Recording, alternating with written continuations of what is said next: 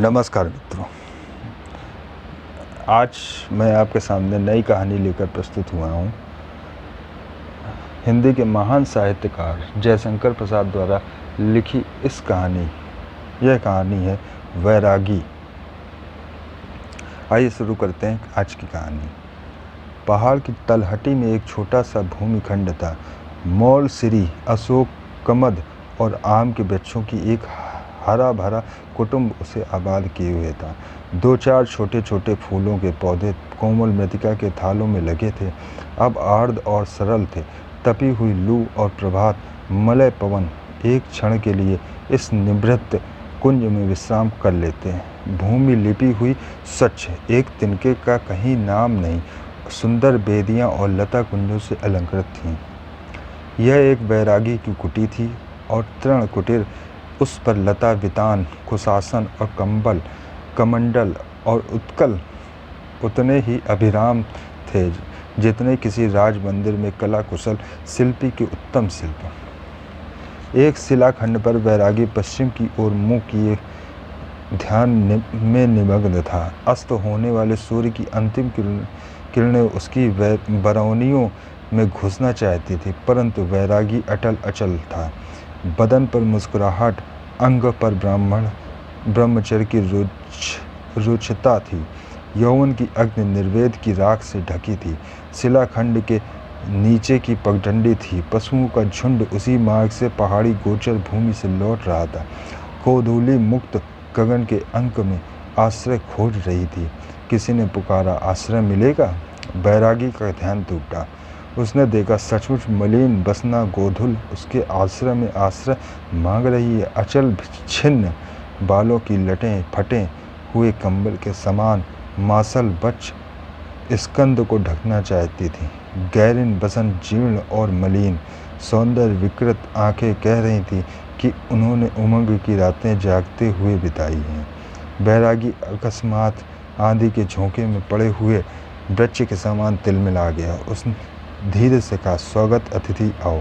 रजनी के घने अंधकार में तृणकुटीर वृक्षावली जगमगाते हुए नक्षत्र धुंधले चित्रपट के सदृश प्रतिभासित हो रहे थे। स्त्री अशोक के नीचे वेदी पर बैठी थी, वैरागी अपने कुटीर के द्वार पर। स्त्री ने पूछा, जब तुमने अपना सोने का संसार पैरों से ठुकरा दिया, पुत्र मुख दर्शन का सुख, माता का अंक, यश, विभव सब छोड़ दिया, तब इस तुच्छ भूमि खंड पर इतनी ममता क्यों? इतना परिश्रम, इतना यत्न किस लिए?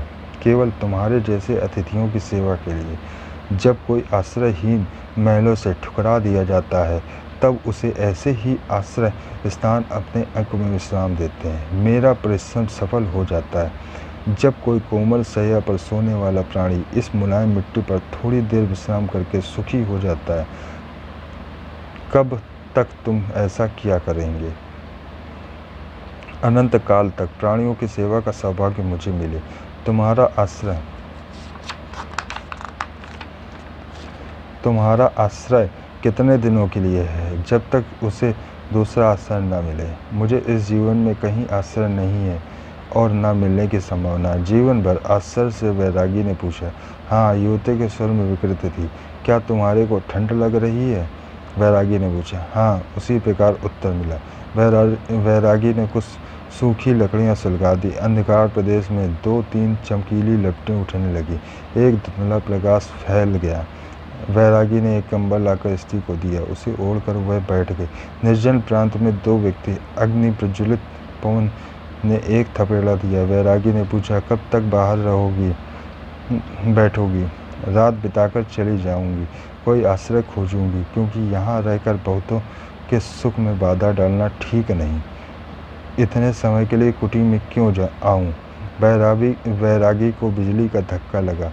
वह प्राणपण से बल संकलित करके बोला, नहीं, तुम स्वतंत्रता से यहाँ रह सकती हो। इस कुटी का मोह तुमसे नहीं छूटा।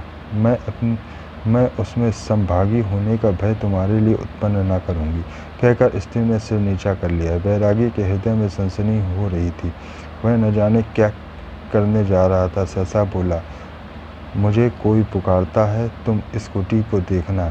यह कहकर बैरागी अंधकार में विलीन हो गया। स्त्री अकेली रह गई। पथिक लोग बहुत दिन तक देखते रहे कि एक पीला मुख उस क्षणकुटीर में से झांककर प्रतीक्षा के पथ में पलक पावड़े बिछाता रहा।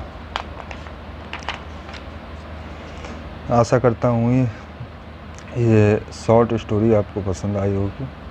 जय हिंद, जय भारत।